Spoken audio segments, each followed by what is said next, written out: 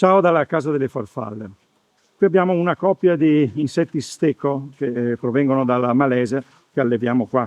Non sono propriamente criptici e mimetici come siamo abituati a vedere negli insetti stecco, ma hanno dei colori abbastanza brillanti. Ancora di più se aprono le ali, che hanno un colore rosso che ha un significato di avvertimento.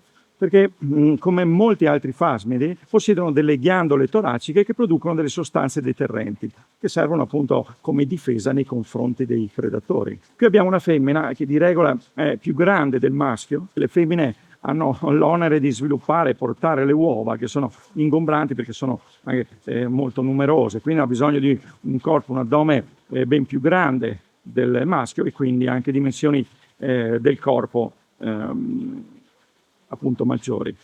Il maschio possiede delle lunghe antenne per riuscire a individuare la femmina che localizza attraverso il feromone che la femmina produce.